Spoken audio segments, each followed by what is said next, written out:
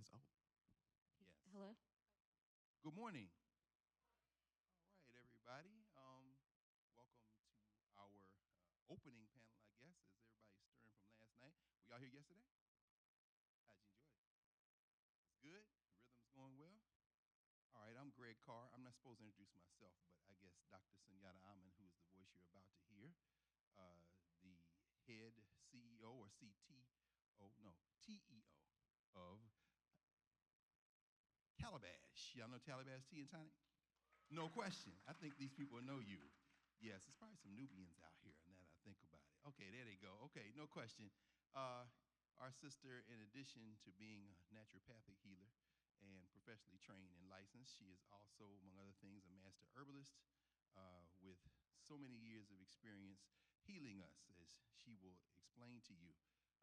She's been engaged in a number of endeavors over the years, appeared in a broad range of public media, and among other things, appears regularly on the Nubian Narrative platform with Maroon's Medicine Chest, as you know, and is a regular guest on the Sirius XM network, channel 126, and that's just the latest of her forays into the media world. So without any further ado, Dr. Sunyata Amin, who will take us and lead us in this conversation today. Oh, thank you so much, Dr. Carr. I really Woo. appreciate you. Woo! Urias, are you able to come to the middle or is it? No? Okay, all right, fantastic. Thank you so much for joining us here, everybody. I know it's kind of early, and you might have been partying, getting your nerd on, which is fantastic.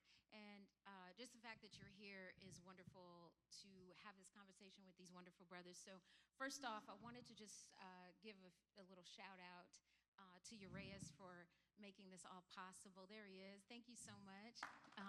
Black Heroes Matter is his. Black Heroes Matter, and they really do matter, and you're our hero, Urias. I really appreciate that. So first up, we have Dr. Carr, Dr. Greg Carr. He's a distinguished professor at Howard University and Howard Law School. He's a Sirius XM host and renowned graphic novel collector and speculative fiction expert. Yeah, it was a setup. He brings a wealth of knowledge and insight into Africana studies and the intersection of cultural narratives in storytelling. So we're really happy to have you, Dr. Carr. And next up, we have this wonderful brother, David Crownson. He's the brilliant mind behind Harriet Tubman Demon Slayer. You know Harriet Tubman Demon Slayer? The graphic novel, the comic books, amazing. And A Nightmare in Newark is his newest endeavor and effort, which is fantastic. David's work pushes the boundaries in graphic novel world. He's blending history, horror, social issues with unmatched creativity. I really love what this brother does. He's a successful Kickstarter campaigner and trailblazer in his field. Thank you so much for joining us today, David. Thank you for that introduction. Damn. He's fabulous. Okay, so I'm going to sit here. And forgive me, guys, if I have to clear my throat. I swallowed wrong earlier, and that was just bananas when I was in the lift. And I'm sure the guy thought I was giving him the consumption coughing. But so just forgive me, warming the pipes back up. So let's kick things off with a bang, because that's how I like to do it. And if you could have dinner with any Black hero, right? Hero from sci-fi or in reality, right? Who would it be and why? And what's on the menu? Dr. Carr? She kicked it off with a bang. We didn't rehearse this, so that was a hell of a question. I'll just say the first name that came to mind, Paul Robeson. Okay, I like it. Paul Robeson. Absolutely. And why? Because he loved our common humanity, but he loved it through the lens of being an African person. He understood enslavement. He didn't look away from anything, and anything he touched, he mastered. All-American athlete, top of the class, undergraduate school, law degree, walked away from the law, had the good enough sense to marry a woman who was smarter than he was, who was a whole scientist. So basically you're saying he had the good sense to marry a woman. Well, that's true. Because you said a woman who was smarter than him. That's true, I guess, by definition, yeah, because Essie was no joke, no skill question. in and of No itself. question. And I think Let's keep it real. no question. And We're We'll And- keep it real I today. know that's right. And I would ask him, I think, simply, obviously we know his work as an actor and as an activist. And I would just ask him what it felt like to be under constant attack and not let that shape your life. Yeah. That's what I love it. What's on the menu for Paul? If you're ordering up the food. He doesn't know Uber Eats.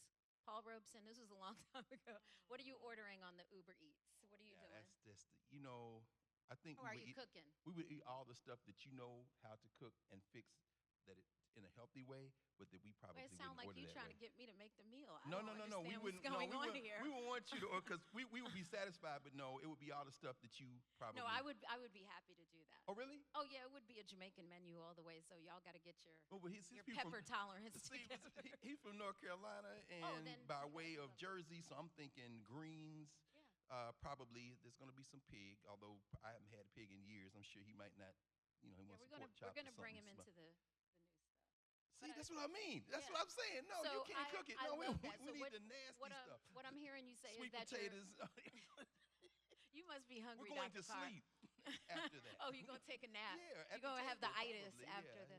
So what I'm hearing you say is that it would be a Southern meal to Yes. honor his heritage. Absolutely. And our roots are all Absolutely. common. Okay, I love And it. because he used to say, "I want to be African," we would definitely have the African food. Okay. Yeah. Okra, black eyed peas. Oh, no question. Probably Carolina fufu and all gold, that. the rice, yeah, all the things that were stolen along with us. No question. Well, yes, and when they lived in England, they were adopted by the West African Student Union. So, David, your people, their food will be there. Got to have that Ghanaian food because they love them in England. So Yeah. So maybe you should. Okay, You coming? I Y'all told him. coming? I Y'all had told to him. come. Okay. Yeah, I good. told All him right. he's going to I'm get me to there. cook. Do it. All right, so David, thank you for that, Dr. Carr. I love that answer. So, David, same thing, which I'll just restate the question in case, or do you got it? You got it. I think I have an answer. Okay, let's go. It's between. Okay, I'm gonna choose one. Chadwick Boseman. Yes. Would have loved to have. Can you sat guys with hear him okay? Can everyone hear me thank okay? you so All right. Hello, Chadwick Boseman, because I really admired his creativity and just really admired just to hear him just talk about how he embodied different like historical figures and also embodying. Yeah, like, he was the playing ul- everybody for a while. Exactly. I was like, you going to be everybody. Exactly. You know, it didn't matter who it just- was. And just how he embodied like the king, like the Yes. king of Wakanda, Yeah. and the amount of research that he would do, and also how he was with his family, and how he also we're probably gonna have some vegan dish or some salad because I'll be too busy like trying to like listen. Like I can't have a cheeseburger in my face if I'm trying to take in Absolutely. information. So, but yeah, Chadwick Boseman. I love that. And as we introduce, of course, health into the conversation, the vegetarian thing makes sense. Yes. You know, because yes. a lot of us suffer. We lost him way too soon, Yeah. and not that long ago. And I feel like we always have to talk about how many of our heroes we lose early, the reality heroes, the IRL heroes, which is unfortunate. So thank you for that. I absolutely love that. That's wonderful. So Yeah. Who would you invite? Playing.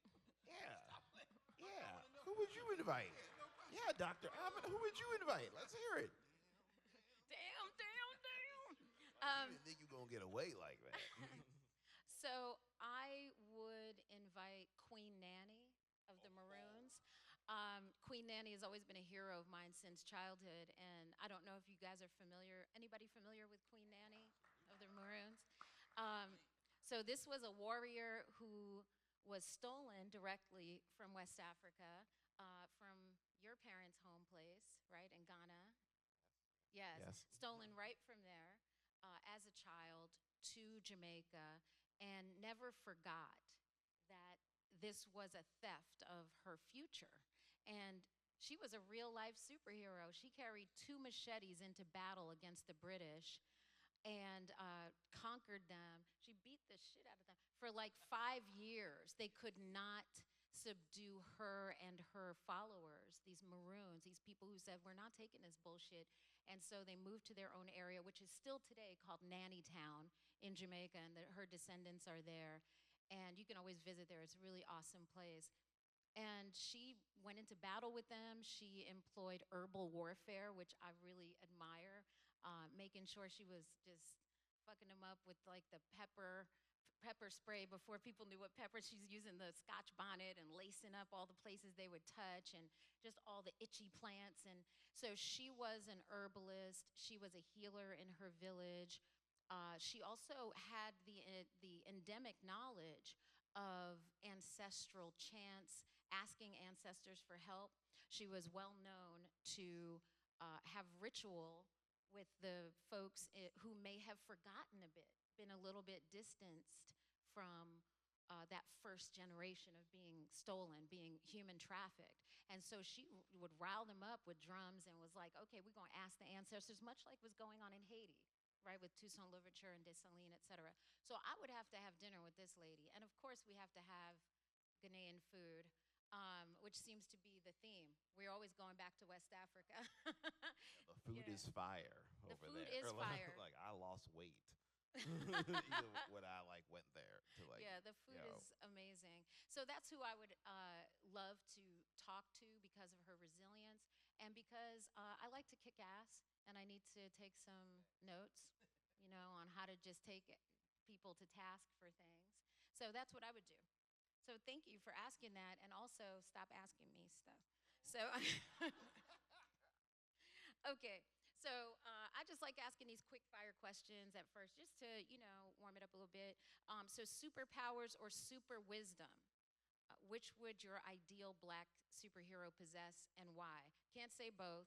Just give me that one answer, and let me know. Superpowers or super wisdom, Dr. Carr? Wisdom. Wisdom? Okay. Yeah, but why? Because wisdom is power. Okay.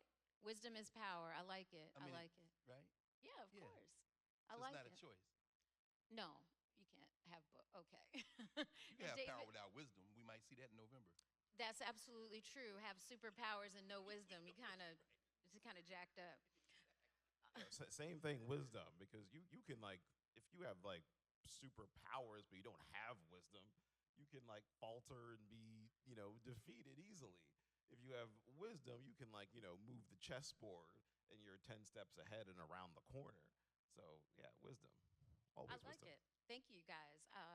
I'm just gonna choose superpowers like becoming invisible. No, I'm just joking. Wisdom is great too. You're not joking though. You're not. I'm actually not No. joking. So with sci-fi fantasy, in particular, or sci-fi or fantasy, which trope are you absolutely tired of seeing when it comes to Black characters? Now I want you to spill the tea and throw some shade.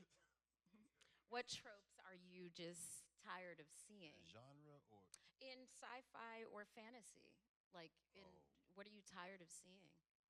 let's start with the expert. Okay, come on, David.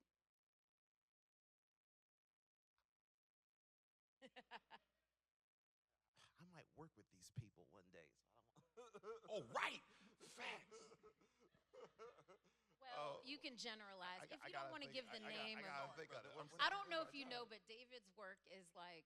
Can I say that you're? Yeah, go ahead. Okay, say so it, say David's it. work is also being optioned. It's in Harriet Tubman Demon Slayer is in development to be a TV series on Disney. And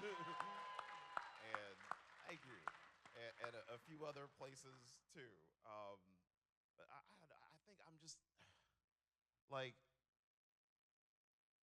I'm trying to think of what I'm tired of seeing it.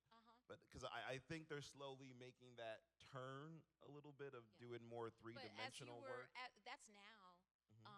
But maybe as you were coming up and before it started becoming taking a little turn, what were you tired of seeing? Oh, okay. Like for example, we have great supporting characters, but they were great supporting characters. The sidekick. Yeah, the sidekick. Right. Like I think, I want like a Storm show. Right. Not like it's X-Men and then Storm's on the side doing this, Maybe the leader, maybe not the leader. Yeah, Like that yeah. gets tired too. Exactly. I don't think they say she's the leader enough. Yeah, Yeah. like the leader of team of gold team, blue team. I I think they're doing it more with as far as Marvel goes, with like, you know, we have a black Captain America. And at first, like, I think in the comic books, it was like, all right, I'm Captain America and I'm black. But I kind of like what they did in the show where he was like, yo, I don't know about this shit, you know? And there was like a struggle in it, Right. you know? And then he had to do what it means for him to be a black man, just like that internal struggle of it. And I like that when someone is introduced and it's a black character, that they have real problems and nothing comes easy to Right. them. And it's a three-dimensional quality. Before, it was just like, all right, here's my black sidekick, you know, who's going to come in and say all the right things and be a magical Negro. You Right. know, but it's like, oh, okay, this person has agency and a whole Yeah, personality. and we are behind magical, them. make no doubt about it. But we don't need to be the sidekick in the magic You know, like we're bringing the things and sprinkling, you know, BlerDCon dust on the people. It's just ridiculous. So thank you, David. I appreciate that. Dr. Carr? That was perfect, actually, because I couldn't think of it. The first thing came to mind was Tyler Perry, but I know that's outside the genre. He's got another minstrel show on, apparently, on Amazon Prime. I said, No, spill but the tea I'm tired of Tyler Perry. and throw the But shade. And he that's- was like, take this. But as He said David he has another minstrel but, show. but David, as you talk, it clicked for me. I'm tired of the Negro. Okay. And you know, Henry Dumas, the writer, once said that the greatest role that Western man ever created was the role of the Negro. And I hope there's a trigger warning. I see some children back there. Someone edit this.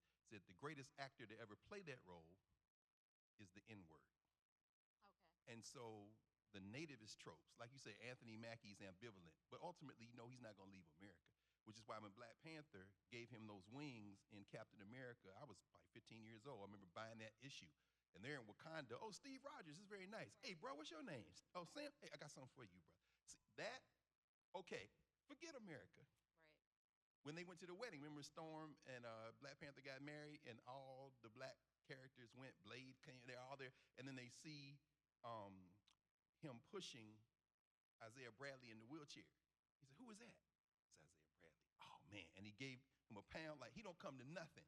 Y'all But got he him came to he that. came to see this wedding. You know what I'm saying? That's not America. That's black people being together. Right. So I like that idea. I'm tired of the Negro. I'm tired of us sacrificing. I'm tired of us limiting ourselves to this country. I'm tired of the heroes always siding with America.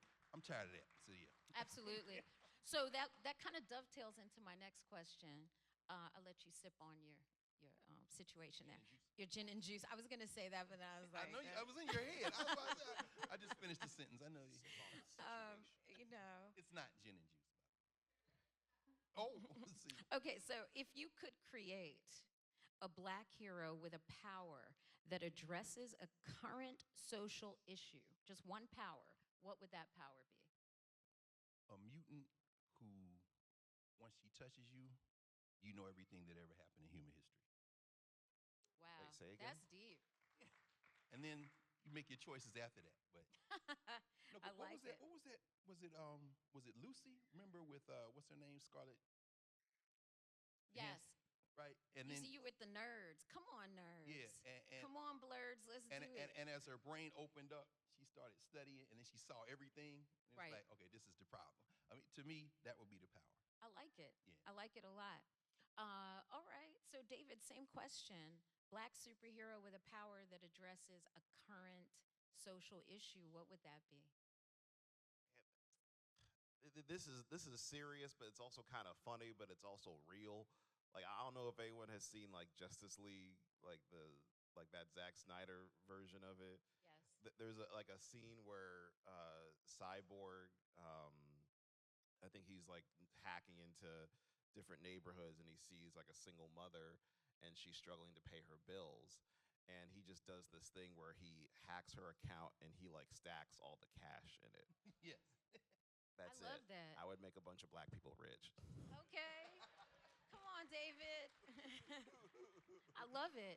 I love that question because it just put me in mind of a friend of mine, Roy Wood Jr. You guys know Roy Wood? Of course. And Yeah. Roy Wood and I are good friends. And Roy has a joke in one of his specials. Actually, he's coming to film a special in DC in September, I think.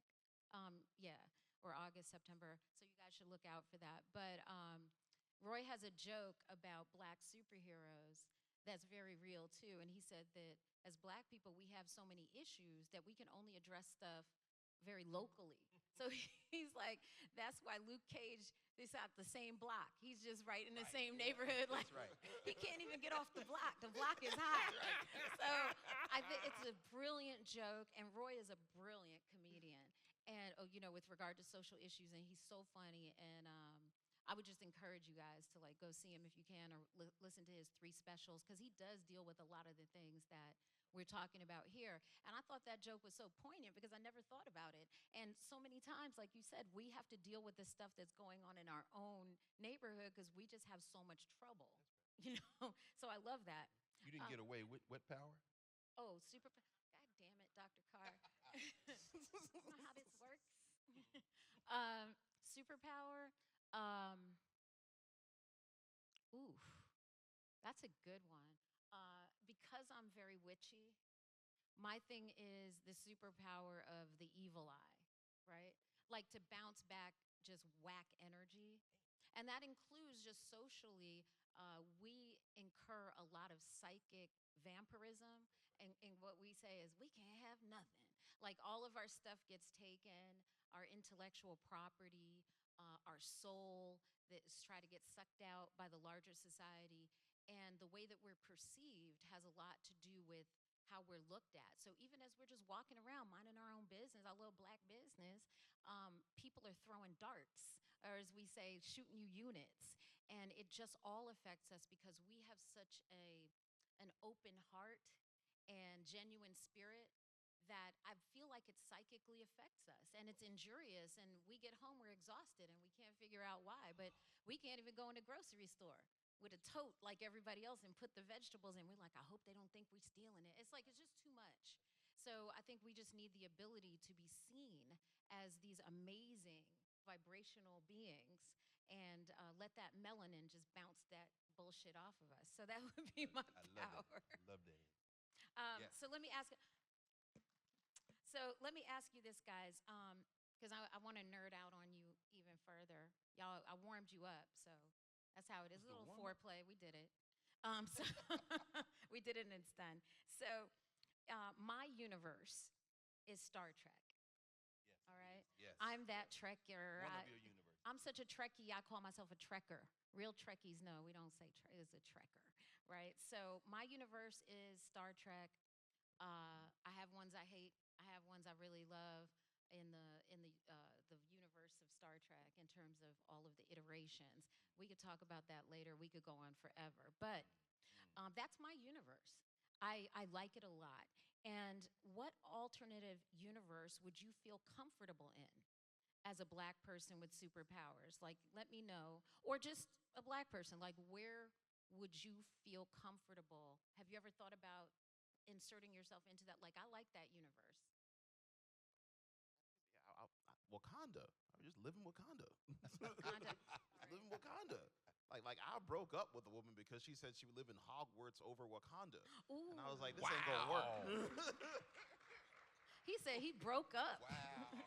He's like, baby, we ain't gonna make I was like, I know we a few months invested, but Man. we ain't gonna make it, girl. We ain't gonna make it. like, what is a gruffle puff? What? Did you say ruffle puff? I don't know. See? Man. And look, that's its own universe, and if people are into it, that's fine too. But I like where you're going with that. And I think that there are universes that don't have to be specifically created that are our town, right? That still we could fit into. And I really love that you said Wakanda. How do you reconcile that with the narrative that came up in the movie about, hey, you're keeping all the good shit to yourself, Wakanda? Like, why are you not sharing that globally with the diaspora? How do you reconcile that? Would you be that one citizen that's like, we gotta go? No. I'm like, yo, there is a reason why. There is a reason why. Like, certain things are like hidden. I saw, a cloud-colored person with a bonnet the other day. So I was just like, all right, I hear you on that. I saw a napkin American with cornrows. my God, you cutting deep, bro. We got to live here. People got to come to your booth. All right, so Star Trek. I mean, use is your my money to dream. buy stuff, but like, David's serious about it too. Cornrows or a twist-up comb. I hear you. So, Dr. Carr, same question. Like, is there an alternative universe that you've imagined yourself in, whether you have superpowers or not, that you would feel comfortable in? Because we already know that this society we're typically not comfortable in. No. And if you're comfortable as a person of color right here, right now in this society, not among your friends and fellow blurs, but if you're comfortable, something's wrong, we have to have a little chit chat Thanks. after this. I'll be happy to hug you. We're going to talk. But Yeah. the fact is that if you're not angry or have something inside that, like, hey, this is not correct, then there's a problem. So where would you see yourself where you think that it's closer to, or it is that thing that's a greater aspect? That's. I was, as you all were talking, I was trying to think of one. I mean, Wakanda would be cool. Although I like huddling. To me, huddling was The huddling enough. Wakanda. Yeah, enough. Yeah, Ta-Nehisi my friend, but we don't need to get into. Anyway, I mean, I understand what you're trying to do, and it's beautiful. I'm good with huddling. I just whip some ass and let's. So you like Wakanda as your... I like Wakanda as a theme, but I was thinking about a place that has existed. So the first thing came to mind was Egypt, but I'm not sure that there's no ideal. I've probably been one of them people cutting stones, not the people designing the pyramids, which you need all of them, but. But you and I both know that when we talk about there were slaves in Egypt. Well, we know they weren't. They that. were not. No, it wasn't I just that. want you guys to understand that. But and that where I even would the feel person who was comfortable- cutting the stones. Oh no, everybody You've had a been there, role. I've been there. No that question. the people sign off No question. and say, it was my honor and privilege to work on this project. That's exactly right. And they So were slaves experts. don't, that's not. No, slaves. no, I wouldn't be thinking slaves. No question. Right. No question. So you would be there cutting the stones, or you would be there. You're a scholar. Well, that's why I paused, Okay. because I thought about Timbuktu, Timbuktu. and because it's communities of scholars from all over the world, and they're doing it. But then I thought maybe just something where I could live, where it actually is closer even than now. It would probably be an HBCU in like the 1920s or 30s, like Alabama State or Tuskegee somewhere. like Not it. Howard. They too bougie. Not Howard. But and I worked there. I loved it. It's probably some of y'all probably my former students. Let's find out. Hold on. Let's find out. HU. Oh yeah, there they go. Right. So y'all understand. Y'all know exactly what I'm talking about. These are There the it people who there's a place for everybody at HBCUs. Howard included, of course. But I'm thinking about a place like Alabama State where they had a farm. Right. They made their own food. Everybody lived on campus. It's a world that we can imagine that we made for ourselves. I like it. Yeah. Well, I know. I went to FAMU. FAM's one of those And places. I went to Tuskegee for graduate school, so I Exactly. understand. So you know exactly what I'm talking Yes, about. the No farms, question. horses, it's good. So thank you for that. I really appreciate that. It sounds like you want the place where you roll your sleeves up and everybody's doing Let's something. get to work together. Okay, Yeah. I like it. So David, I have a question for you. Wait, hold up. You didn't answer the question. Oh, Where would you go? There you go. I was waiting to see. Okay, very good. At 2, David, at 2. At two. At two, Dr. Do you feel the Where night would I breeze feel? is I there? already said Star Trek is my universe. Okay, all right. I've- Oh, okay. Oh. there you go. Thank come you. on, y'all. Yeah, Get which involved. one? That's a great question. Deep Space Nine. Deep Oh. Space Nine. You got Avery Brooks. He's a captain. He's a commander. He's a kick-ass motherfucker with a bald head. He's a single father who is amazingly loving to his son. He is a prophet to other people, right? They're holding him. This planet of white people is like, yes, the emissary. Yeah, it's all that. It's all that. And he's not a sidekick to anyone. He's the leader of this group of He's the leader. people. And he's amazingly smart, clever. It doesn't end tragically at the end. Spoiler alert. So it doesn't, he doesn't become this tragic figure, which we love to, in whatever form, the tragic magic mulatto or so all of that. It's strong all the way through, and the writing is insane. Also, because of the money that was made from The Next Generation, the producers there were able to say, hey, this is a proven concept, right? Because it was the reawakening of this very old franchise, this very old show that only ran a few years, if you think about it, right? And so now it was a proven thing with got Picard, all of that stuff, and the studio said, okay, we'll give you more money. And so then they were able to choose the actors. If you look at the quality of the act, they gave you Shakespeare in space, starting with Avery Brooks and all these other amazing actors. So I just think it's better acted.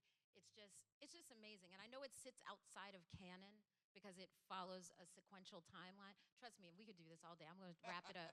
But Deep Space Nine would be mine because I just think that what I saw with the leadership and how that's a central character was everything to me. David. What? All right. What? Your Kickstarter campaign, right? Because we got a lot of creative people here. Your Kickstarter campaign for Harriet Tubman, Demon Slayer, the comic books, graphic novels, right, was a huge success. You overshot your goal. It was really amazing. What advice would you give to other creators who are looking to fund their projects through crowdfunding, and whatever little tips or tricks? Like what are the top 2 things that you would say to creators who are like, I need to get my project off the ground. How do I crowdfund this? Think big, start big. Don't start with setting, because I've been seeing a lot of people set their goals at like 3,000 or 4,000, and it has to be something that's achievable, but it's not something that you can just easily borrow from someone. So I think I set my goal for 15,000 for Harriet. Okay. And secondly, I would. And then what did you finish with for whatever rounds? I think I finished with like I think a little over 24,000 for it. And it went quickly too. Say again? It went quickly too. You just knocked it down. It happened. It didn't feel it went quickly. I know, but it did. You know how I know it was it like went down quickly? to the wire. It felt like it because it was my first time doing it. Let me tell you something. You know how I know it went quickly? Because I was one of the people who put in for your Kickstarter. So I was watching the thing the whole time, like, come on, Lucky 7. Thank you. But and also, I would just say, like, really prepare like ahead of time, and like, for example, when a movie comes out, like the movie just doesn't come out.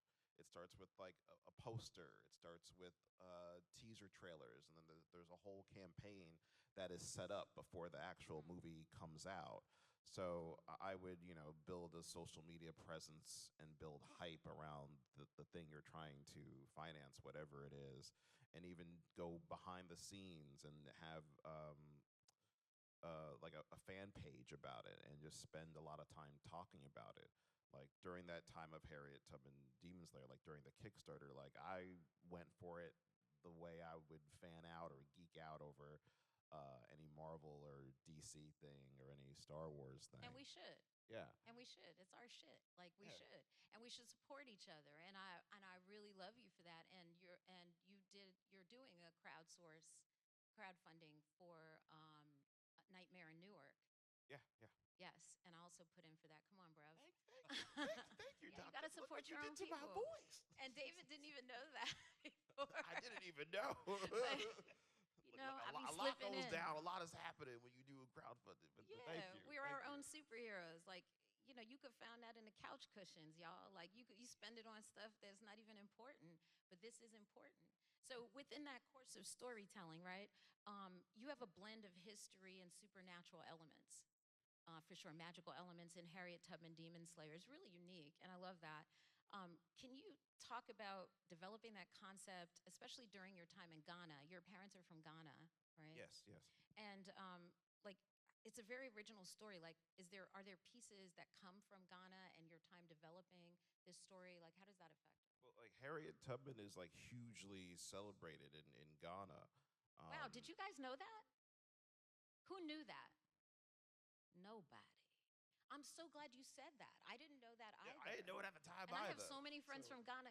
We never talked about Harriet Tubman, which goes to show that in the diaspora, sometimes we feel a disconnect that is not really a disconnect. And the whole idea of like ADOS, is that what the people call it? Oh, that's bullshit, man. And so, yeah, it's bullshit. And the idea of the separateness that we Yeah, have yeah. is bananas in pajamas. So I'm here to say that as a child of the diaspora, being born here, that I have so many friends from so many places, and the struggle is real, and we are so much stronger together in that aspect. And the Yes. fact that you even said that is like blowing my mind. So how did you incorporate that from even your time in Ghana or being Ghanaian into the Yeah, story? like there was, I think they had in this documentary that I was watching, they had said that they had traced her heritage and her background, like her roots had started in Ghana, and Yeah. that's like one of the reasons why she was like hugely celebrated. And Like Queen Nanny. yes, Yeah, yes, these are some kick-ass women. Let me tell you something. Don't fuck around with Ashanti women from Ghana. yes, Don't fuck around. yes. Like, don't do it. It's there's something there that strikes that heart of we're not going to do this anymore. And the fact that women take the lead on this. Harriet Tubman is a maroon. These are maroon women. Do you feel that like there's that through line going into Ghana, like that connectivity? Yeah, because like originally when I came to Ghana, I was just taking like a break, um, and I had been going through a lot of like stuff with like my background was like or is in acting, and I was just really overworked and stressed and trying to like pay all my bills. And I think my family just said like, hey, we think you've never been to Ghana. You've Oh, you never been hadn't here. been. Yeah, I hadn't been there. I think I was like 28 at the time. And my mom was just like, hey, I think you should take some time off, either find someone to be in your apartment, Okay. and I think you should quit. I was like, yo, I ain't doing any of that shit. But But then, your mother is Ghanaian woman, so you should just listen. yes, yes, yes. Listen to your moms, everyone. Or motherly figures. And um, and then within like a few weeks, I had lost my job. And I think I'm like, all right, mom, I'm gonna come home. And my mom also just wanted me to go there because like my father had passed away, and I hadn't like connected to those roots of myself. So did it for I think I ended up living there for like 4 or 5 months, and gave up my apartment. I think I put some of my stuff in storage, and Did it change your life being there? it did. It did because usually I hear when people have gone there, they or like black people have gone there, they say, I don't feel like I'm just like it, it's hard to express. I'm trying to like put this into words. You know, like for example, like when I lived in New York, I think one time I was taking like a yoga class or something like that, and there was like me and like four of the black people in this yoga class, and I think I forgot my glasses and my water bottle, and usually I felt like this white. Maybe it's in my head, but I don't think it is. But like I felt like Go this on and person, call it.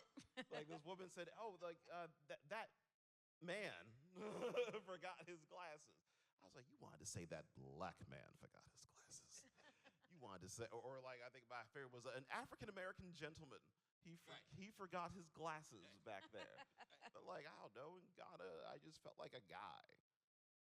Yeah. Like I was a It's guy. I was a different. three-dimensional human being.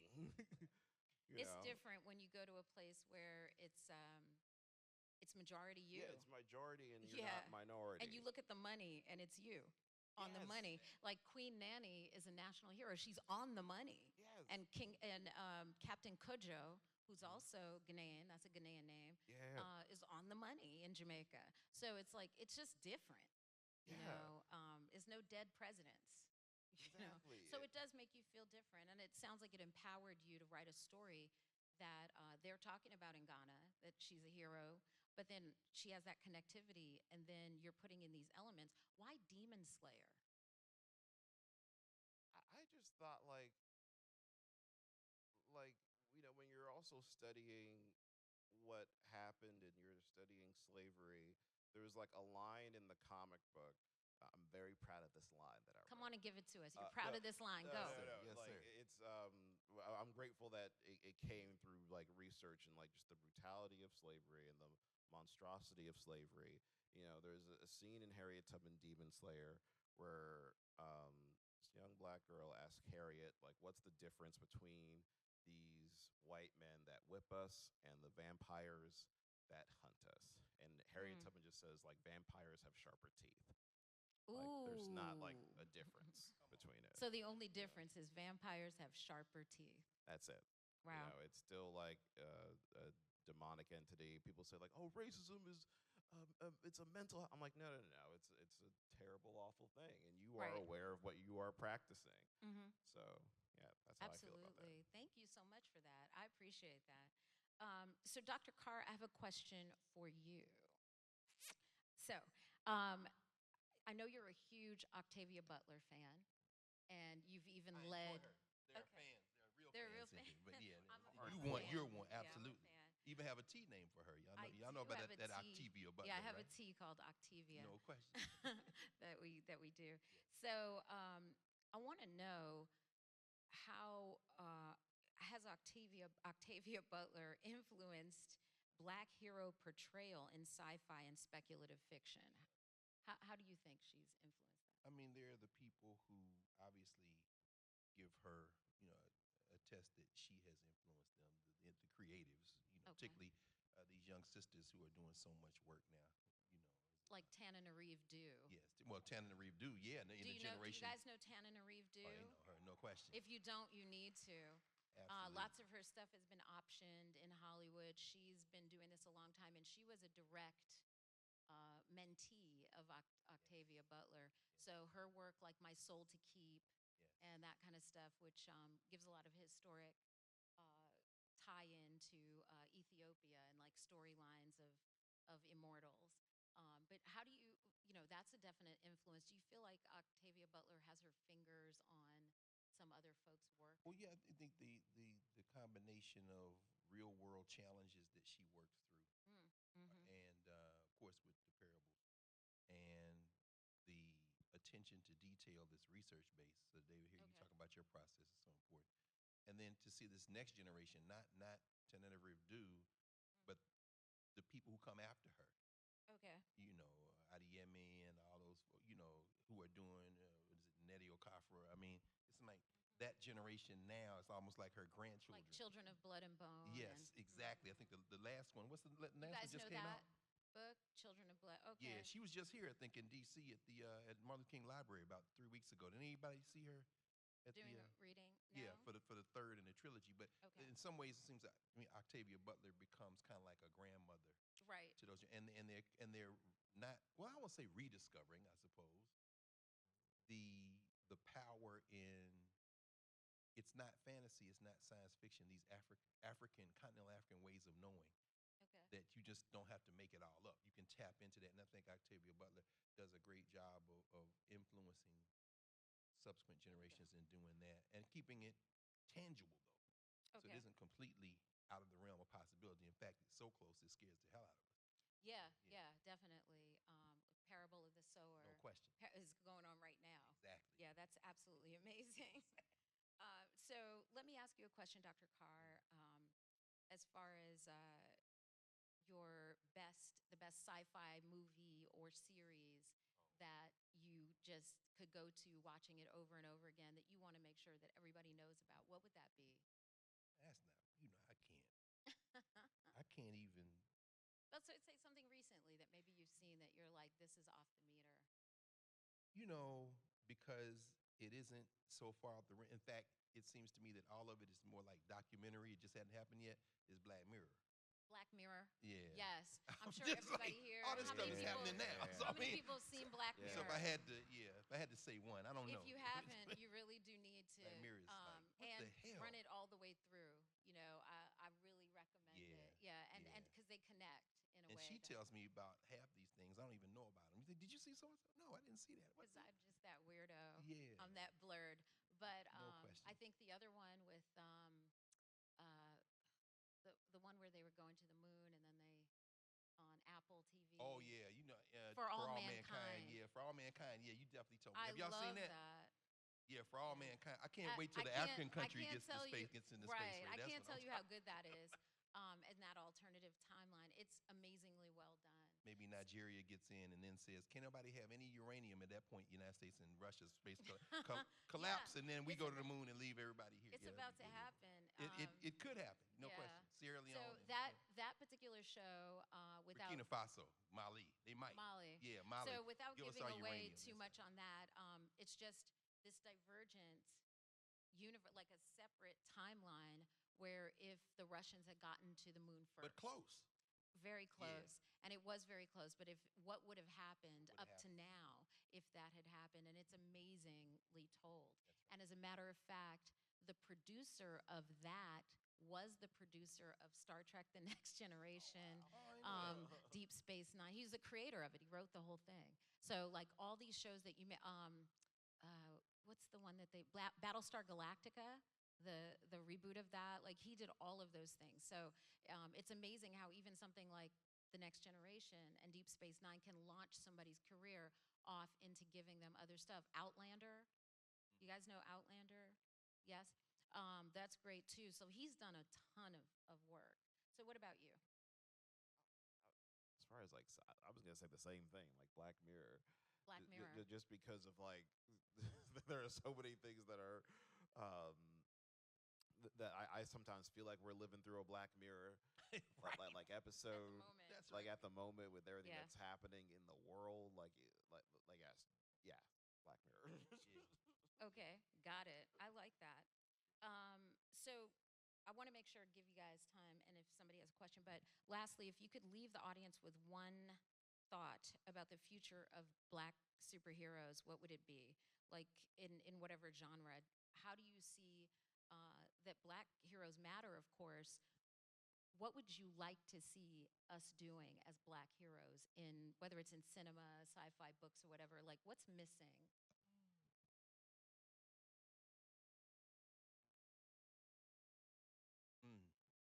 Literacy. Okay. Literacy is missing. The flat edge. Everything is so very flat. Again, that's why I don't like Tyler Perry anymore. Not that I ever did, but and it's nothing to dig on the brother. I'm just saying, if you've seen 30 seconds of his film, you can tell everything else is going to come up. Right. There's no need. Somebody's gonna wear a wig. Yeah, it's going to be a And it's single gonna be a father. brother. Meaning somebody's come back from jail. Jesus is coming Somebody's back. gonna be dark skinned and the villain. Exactly. It's like The there's somebody sisters gonna made be a all the bus bad driver choices till Jesus comes. or a Yeah, trash hauler, and it's come like on. this is a good man. Exactly. Yeah. So literacy, in the sense that Yeah. growing up, as I was getting into comic books, we were also reading, and there weren't any pictures. There are no Right. pictures in Jules Verne. Right. There are no pictures in H.G. Wells. Right. So I didn't know about the Black writers. In fact, there's an old book that just came out, Duse Muhammad Ali, Ear Roosevelt came. It's a fantasy set in the 1930s by the guy who got Marcus Garvey his first speaking engagements, and they wow. recovered it. But there's no maybe you would take a crack at converting this into a graphic novel. At some point, they're going to be images, but the stuff without images allows us to think and put our own conversations in. So to Okay. me, that's I like bring it. that back. I like it. So instead of asking you the same thing, I'm gonna flip it, and I'm gonna put my thing down, and I'm gonna flip it and reverse it. If you were a superhero, what would your superpower be? Sorry, I'm still stuck on that Tyler Perry thing. Like everyone's gonna wear a wig. But it's gonna be the men. Yeah, the man. Like I saw a man who had like a fade wig. It was hilarious. It was like they just like taped Velcro And these Yes, sir. around it. Yes, These sir. are already great-looking brothers. Like they didn't need any help. Like what are you doing? Tape a The tape fade line. around him. So what would be your superpower? My superpower Yeah. would be, I don't know if anyone watches Invincible. Yes, I want Adam Eve's powers. Okay. I want that. I want to be able to create any element, any piece of matter. If my family's having a tough time, like, yo, here's some gold, sell it. I like it. You know. Oh, you definitely from Ghana. Yeah, I want to Gold. No fly question. to different areas of the world that have agriculture issues and just take care of the vegetation. So what I always hear from Yeah. you is that you have this, we need to take care of each other, and the superpower is in being able to foster and care for communities. Exactly. Like I keep hearing that from you, and I really appreciate that. Yeah. Like there's this thing. Because I don't know. I just feel like that's a real superhero. And that's Like- great because we love Luke Cage, but like the man stay on his same block, like we said, right? Like Exactly. I love him since childhood. I've loved him and collected him. Collecting black comic books was my jam from when I was little. So all the black and brown heroes, I'm always collecting them. But I was like, man, again, again, Luke Cage. So I love that you're thinking of it. It's a start. No shade on Cage, right? But the global aspect. So I hear you talking about like the diaspora, all of that, which is unifying, and I really appreciate that. So let me ask you, Dr. Carr, real quick. What would be You your don't have the power of choice. no? What would be your Yeah, she did that. Because it's time. It must be time. Oh, yes, we got 5 minutes. so what would be your superpower? Shut it down Just immediately. real quick, like what would you do? What would you have? I don't have a superpower. Oh, you definitely do. You're one of my heroes, both of No, you guys. no. I mean, And one that I so- would want. I mean, I think we all have the capacity. To me, maybe, and it's tied to what you just said about David, about our capacity to listen Okay, and empathize. got you. I think that's something we all have the capacity to do. We developed that. Yeah, you do that well. You have that power, among others. To listen. In other words, people walk in her store, how can we heal you today? The idea that I need to understand where you are. It's a communication, Yeah. and you're a great communicator. I mean, he's a legend. Yes, he His is. brother's a legend. Yes. People knocking down the door to get in his classes. No. I see your superpower because you're But being modest. But, no, but I think, see- think about that in terms. I mean, even in terms of in comics, this whole trope of the telepath, the Yeah. empath. You're like Jean Grey, but then it always ends up messed up. right. People say, she said, we got to wrap it up because they got to come to the next people. Oh, we don't have 5 minutes. We had no minutes. Okay. No, come on. We done, right? Are we fine? Okay. They're That like, means wrap it stop. up, Negroes. The Power Rangers are here, so wrap it up right Facts. now. Let's get. The Power Rangers are here, so wrap it up, you cocoa-buttered people. Can we thank Dr. Ahmed, That's though, what they before said. Dr. Ahmed, They you were going to like- get some closing remarks, I'm sure. Oh, I was kidding. I love it.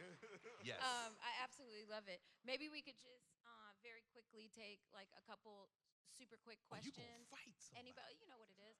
So, Get us in trouble. anybody, anything quick? Yes. You better move fast. Where? They moving slow. Come to my table and buy Yeah, Harriet come on, Tubman brother. Demon Slayer, You do it. A205 in Independence Yes, Hall. I'm so sorry. We're we're definitely gonna let people know that. We're selling the graphic novel. What's Only your here. David? What's your table Is you- number? It's in A205 Artist Alley Go in ahead. the Independence Okay. So, brother, you Hall have on a the second question? floor. Okay, come on. All right, so my question is to you guys, since this talk about these new stories coming out, what particular stories are you trying to see with these new works when it comes to black creators and their creative process? Put the microphone up a little bit. So you're saying what stories are? What stories are you guys trying to see since the way that things are going in terms of the production of these artworks, comic books, movies, TV shows, what have Yeah. you? What are you trying to see that you haven't seen just yet? So that's a great question. I'm not sure if you were here from the beginning because we started kind of early, but these brothers did talk about, and this is a fantastic question about the kind of stories they want to see. I think you have it on tape, right, Urias? So he can tap you in on that. You're our superhero for even coming up here asking a question. I really appreciate. What's your name? O'Neal Barnaby. All right, thank you. Clap for this brother. He's fantastic. You got something quick for me, bruv? Yeah, quick question. I am a creative, particularly writer, and I actually did publish a book about a black girl who does become a superhero. And so I guess my question is, like, do you feel like there's an imbalance between more black male superheroes as opposed to more black women Oh, that's a great question. So is there superheroes. an imbalance? What do you say? Yeah, I think it's what's it called? Like yes and no. So black female superheroes, black male superheroes, is do there you an feel like there's imbalance? more men than women in terms of I representation, think in terms of notoriety? It's a complicated question, but it's not a complicated question. I'm trying to answer this fully and completely because I see. Do you see a lot of female black superheroes? I do. I see. Okay, But got also you. I was thinking about when Chadwick Boseman passed away, right? Yeah. And just watching how that affected like me, like I'm a grown ass man, but how that affects my nephews, like they had a year where they got Miles Morales and T'Challa in the same year, and that's huge for them. Yeah. And I'm like, okay, well there's two of them, that they can look up to. I think Luke Cage is great too, but I think they needed uh, people talk about the who are the four pillars of superheroes, and it's you can say Spider-Man, you can say Batman, you can say Reed Richards, you can say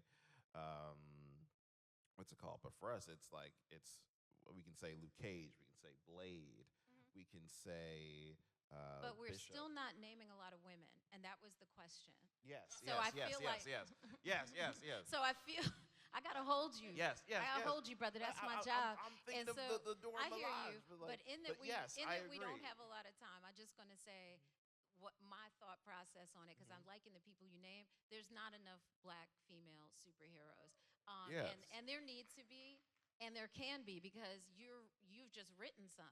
In Harriet Tubman, Demon Slayer, Nightmare in Newark, you have a central character that's a And black- Killer Bee. There it is. So I love that you've written them, and so maybe you're like, I wrote them. There's a lot of, but like, Well, no, but there's not but I enough like that that's we're iconographic. Like there's Yeah. not enough like that iconic superhero that is honed in on and focused on and Yeah. given like a three-dimensional nuance to them. right. So yes, I So I agree with the appreciate question. that, and the fact that you're writing those things is the contribution that we need. Thank you for asking Yeah, that. well, we thank- have to thank you. kind of wrap. Uh, So I'm so thank you for There's asking. a young lady right there So- who has a question. I think we don't have time for We don't another have point. time. I'm so I'm so sorry. sorry. But I'm we so can sorry. see you after we can. She said keep going. All right, because I'm like, The Power like- Rangers are late. You know- So in that case, Dr. Carr, without the grill. Dr. Carr, I'm sorry. Can I have you back though? Is he gone? Oh, he's gone. His chair's gone. Okay, well that's amazing. So I'm going to use that. Okay, thank you.